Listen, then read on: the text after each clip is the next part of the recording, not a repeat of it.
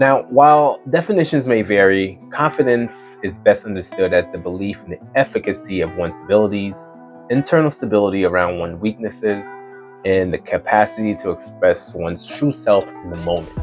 Presence, by contrast, is the conveyance of confidence, competence, or power through verbal or nonverbal cues. In essence, then, presence is how you present, and confidence is how you show up. Socialization of presence. I believe that many, if not most, Black men have presence but lack confidence. We are socialized to have presence. There is a level of cool and toughness that we are expected to display at all times. We can be sweet talking, slick dressing, and smooth strutting. We speak with bravado, our entire style brags.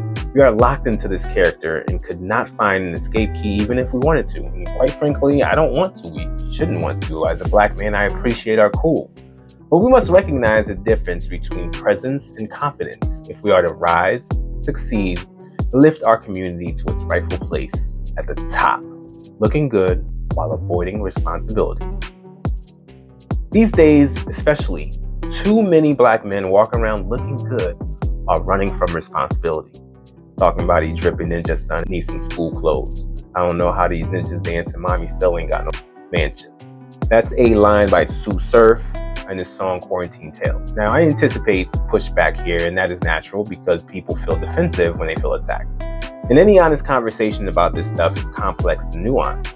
That said, if you are truly confident, you can either acknowledge your weakness and work to improve them, or you will not be bothered by the indictment because, this doesn't apply to you. But back to the statement.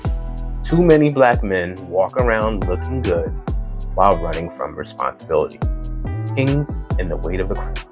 And no, this is not one of those worn-out fallacious tropes about Black men not being fathers to their children. That's wrong.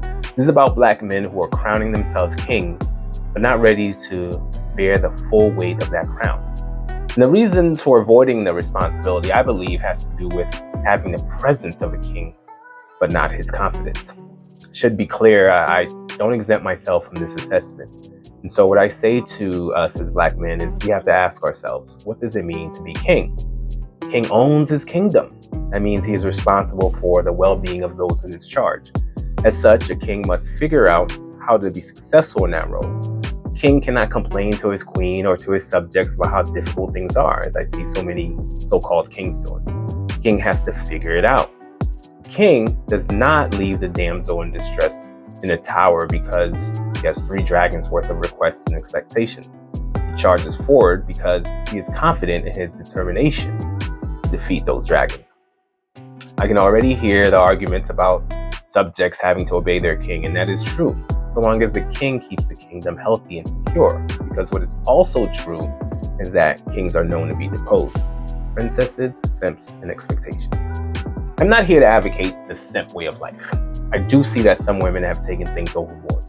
The comparison-fueled demands on men that you see on Instagram are simply an extreme version of behavior that has existed since the moment one woman won the heart of her first conquering king, to the dismay of all the other wives and concubines. Women want to be treated like princesses. Is that used? And in a racist society, one in which manual labor is increasingly obsolete, more and more women have had to give themselves the princess treatment because they can't find any man who is willing or able to make them feel special by offering them the world. Which one of us, if we could, would not give the world to a deserving woman? If you would do that, then this is not about sick behavior. It's about determining what it means for a woman to deserve it. Now, Fabulous said, they say it ain't tricking if you got it, they lying. I say it ain't tricking if you got her, she mine. I have 4 criteria that I use, because if I got it, she gets it. If A, I want her, or 1, I want her. 2, she loves me. 3, she's respectful. And 4, she is loyal. If she's mine, she gets it. Just like my kids would get it, my mother would get it, my sister would get it, and in fact, if I have it, my brother would get it too.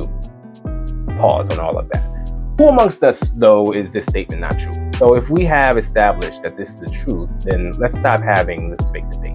We're not talking about giving money to just any random woman. And trust me, most of these vocal women on Instagram making these ridiculous statements are the same ones dating Pookie from the block, who has no job and has 3 baby moms. I promise you, the shit they're saying ain't real.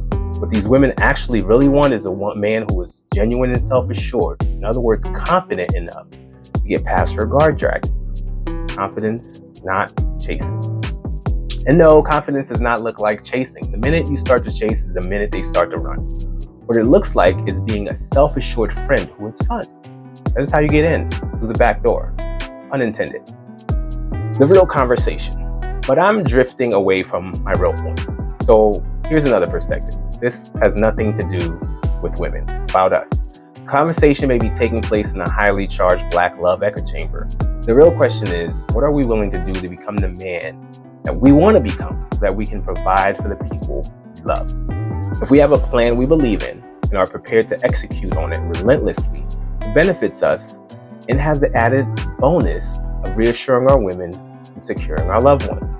There's a lot I could say about what women need to do. For example, I think it's a problem that too many women believe a man's role in their lives is to solve all their problems. You have to pay the bills, make them rich, spend quality time with them, be exciting, and ultimately guarantee their happiness. I also think it's a problem that too many want us to treat them like they're our daughters, while at the same time want authority over us like they're our mothers.